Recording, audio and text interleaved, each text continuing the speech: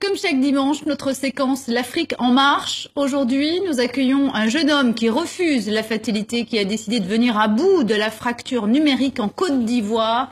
Giako Obin Akwaba, bienvenue. Merci sur le plateau de TV5 Monde.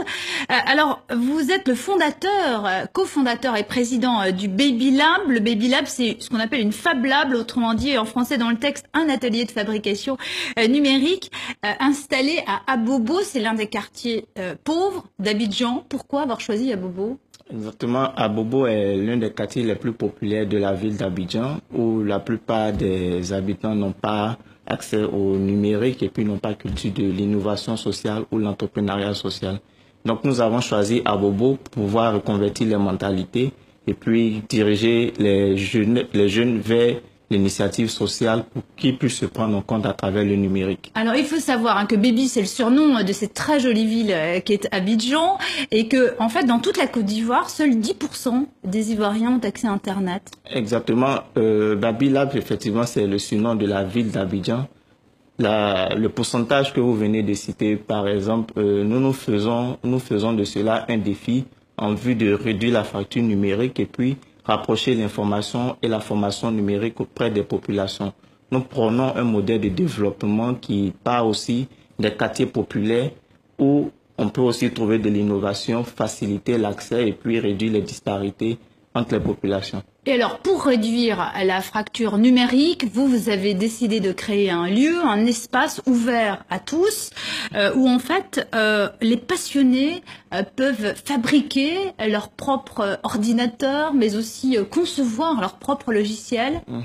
Voilà, exactement. Nous faisons des appels auprès des entreprises, des institutions, des particuliers.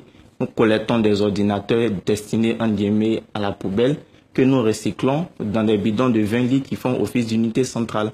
Donc ces ordinateurs sont utilisés pour former les enfants au cours d'informatique. Ouais.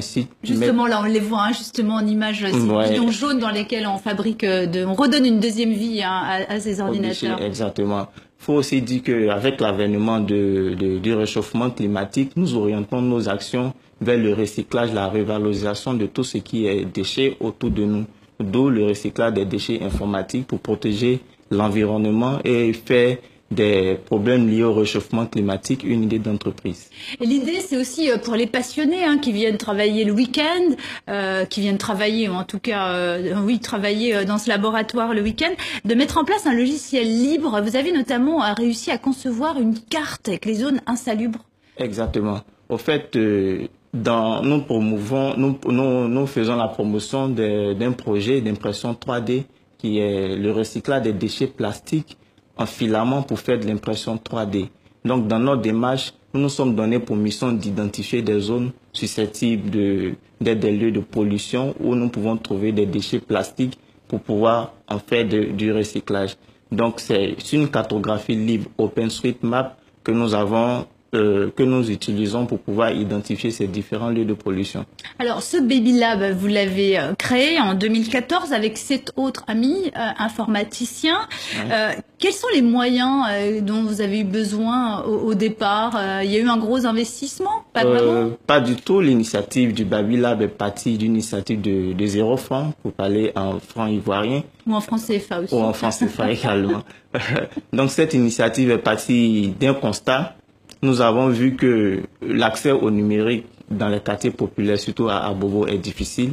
En mettant en place un Fab Lab à Abobo dans un quartier populaire, nous facilitons l'accès au numérique. Donc c'est pour ça que nous avons mis ce Fab Lab à Abobo. Et comment les populations ont réagi? Ils se sont dit c'est quoi? C'est bizarre, c'est étrange? Ou alors au contraire, est-ce qu'ils ont été... Ça a été difficile au départ parce que l'initiative n'est pas connue. Donc nous avons mené des campagnes de sensibilisation auprès des jeunes que nous recevons, auprès des enfants ainsi que leurs parents. Donc nous avons aujourd'hui, au départ nous étions une dizaine, aujourd'hui nous comptons une quarantaine de membres. Oui, parce que vous dispensez aussi des cours, vous faites des sortes de mini-stages de sensibilisation pour les jeunes. Oui, le cours d'informatique, à travers par exemple l'initiative Africa Code Week, donc je suis un des ambassadeurs pour la Côte d'Ivoire. Nous avons initié autour de 40 000 enfants en Côte d'Ivoire il y a quelques mois au cours d'informatique. Donc ça illustre au fait d'un programme KidLab que nous avons initié nous-mêmes, qui est un programme d'aide d'initiation au cours d'informatique et au bricolage électronique pour les enfants de 8 à 15 ans. Alors, vous avez eu des démêlés judiciaires, vous avez été détenu pendant 3 jours à Abidjan au cours du mois de novembre.